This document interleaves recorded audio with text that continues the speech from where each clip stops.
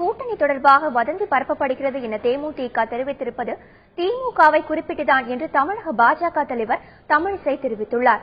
விஜயகாந்தை ஏற்கனவே பாஜக தமிழக தேர்தல் பொறுப்பாளர் பிரகாஷ் ஜவடேகர் சந்தித்து விட்டதாகவும் அவர் குறிப்பிட்டுள்ளார். அவர்கள் சொல்வது பாரதிய ஜனதா கட்சியான கூட்டணி பேச்சுவார்த்தையே அல்ல. வெளியே வரும் ஊடகங்களில் வரும் வதந்திகள் அவர்களை வேறு ஒரு கட்சியோடு சம்பந்தப்படுத்திதான் அதிகமாக வதந்திகள் வருகிறது. அதற்காக இன்று மறுப்பை தெரிவித்திருக்கிறார்கள். வெளிப்படையாகவே மரியாதைக்குரிய ஜவடேகர் அவர்கள் கேப்டன் அவர்கள் வீட்டிற்கு சென்றது அனைவருக்குமே தெரியும். நானும் தான் கூட இருந்தேன்.